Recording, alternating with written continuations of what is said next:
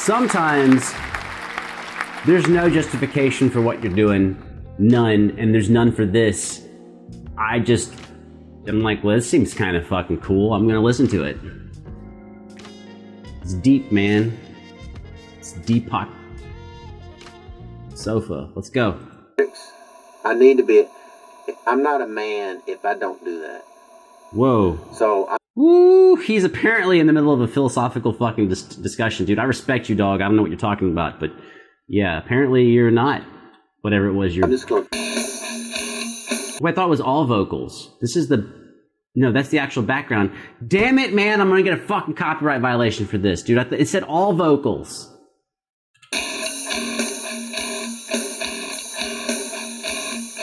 I do fucking love the song, though. But Jesus Christ, man. I have to navigate these troubled fucking waters of copyright land. It does sound good, though. Just the music already sounds good.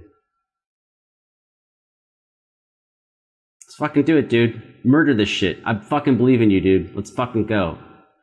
I'm jacked up. I'm thinking about all the editing I'm gonna have to do.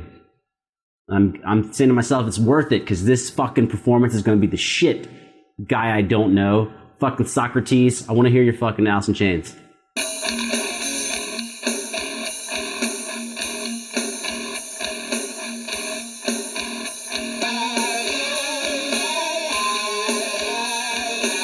Okay, the song is awesome, and there's the other guitar line by Lane Staley. No, Lane Staley? No, Jerry Cantrell. Sorry, Jerry. Jerry Cantrell playing guitar. Can't really hear the vocals. This song is dope, but I already knew that. I want to hear the vocal cover.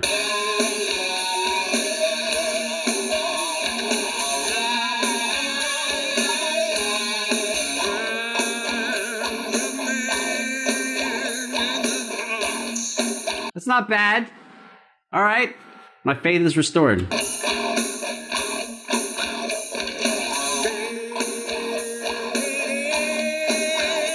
Okay.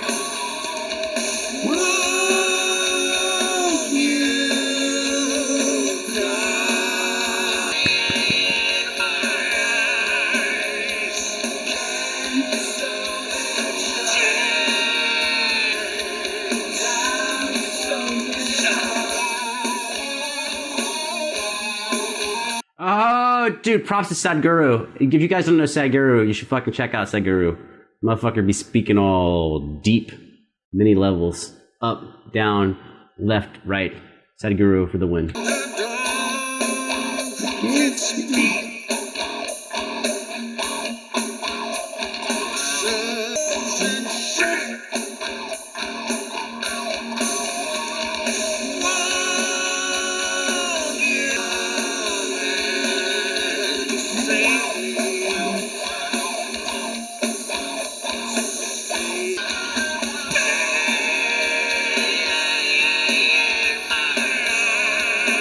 Maybe that's where the blood came from. Maybe I already watched this video and that's where the blood came from.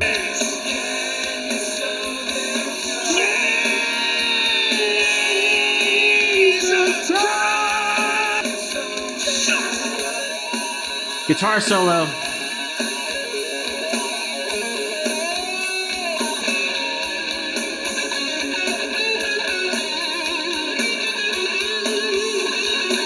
The tights that's a pop filter. When you say your P's and your T's, they're called they're explosives.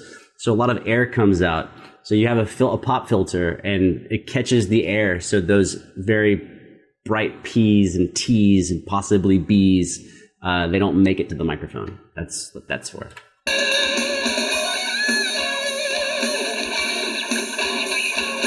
Why don't I have one? I'm so far. I have this mic turned up really loud. I'm pretty far away from this mic. A lot of times to get the best sound, you want to get as close as you possibly can to the mic. But then all of a sudden you have this problems with the plosives. If I was using this SM57B, I would be right up on it. But this has a windscreen, which kind of doubles as a pop filter. That's the functionality of that.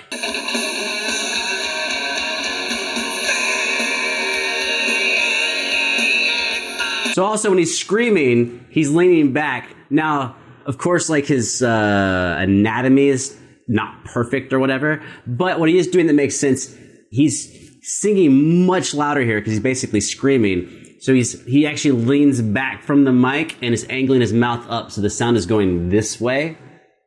And it's making it where the whole take will probably work out. If he stayed close to the mic and did that, he'd have to chop it out and retake parts of it or whatever. And you'll see it a lot with professional singers where they're on stage and they go to scream or they go to belt something. They'll oftentimes, if you just watch, they'll move their hand like 4 or 5 inches away and they'll lean back a little bit. And it controls the volume and then they bring it back in. Oh, he just raped the stand.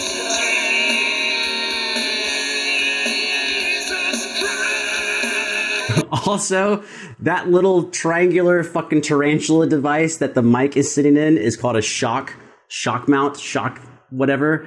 And it's got springs on it. So a lot of times the vibrations in the floor don't make it to the mic because it goes into the springs and the mic is kind of situated. Apparently, that shit worked because he just attacked the fucking mic stand and we don't hear it in the final take. Maybe I should get a shock mount. Like, I think, I've never tried it, but on this table here, I think if I beat on this table, it'll go in the mic, I think. I've never tested it. You have to let me know if it's there. It's only here live. It's not going to be here in post because I'll be using this mic. But if you hear this tapping really loud, it's going all the way through the stand and into the microphone because there's no shock mount on it.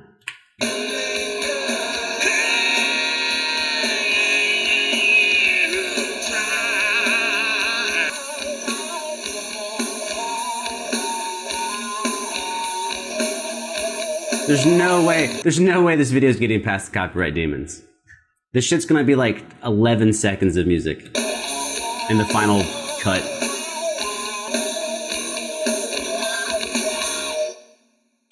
Yeah, I actually think he did a tribute. Okay, it was not at all what I expected. I was expecting an all vocal cover where everything was vocals. But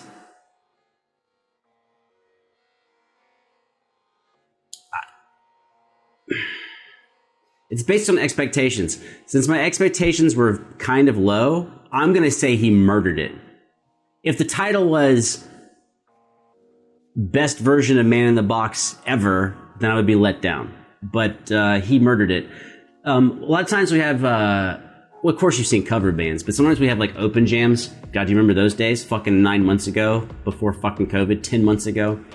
And so sometimes someone would come up and you kind of like look at each other and be like, is someone gonna, sometimes you wouldn't sing, there'd just be like just music. But if someone was like, I can sing this song, be like, well, how many songs do you know? Because you're like, if you have to find a song that all of us on stage know, otherwise we can't really play it. And we could try, but so if it's kind of like if he said, hey, I can do Man in the Box by Alice in Chains, and we all looked at each other and were like, well, I know Man in the Box. Do you know Man in the Box? We're like, yeah, I do. Well, fuck it. I guess we're going to play Man in the Box and this guy's going to fucking sing it. Apparently, that's what's going to happen. And in that situation, if a dude who looked like that sang it that way, I would be fucking beside myself. I would be like, holy shit, this guy nailed this song. Because if he walked up and he's like, let's do Man in the Box, and like we all know it, okay, let's do it, we'd all be looking at each other like,